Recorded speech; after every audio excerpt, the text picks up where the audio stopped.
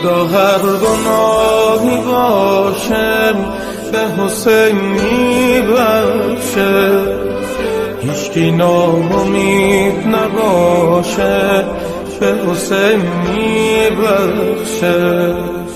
وعده دادم به وفاشه به حسین میبخشه. خدا هرچی رو سیاه به حسین میبخشه. من افتاده به چاه به حسین میبخشه.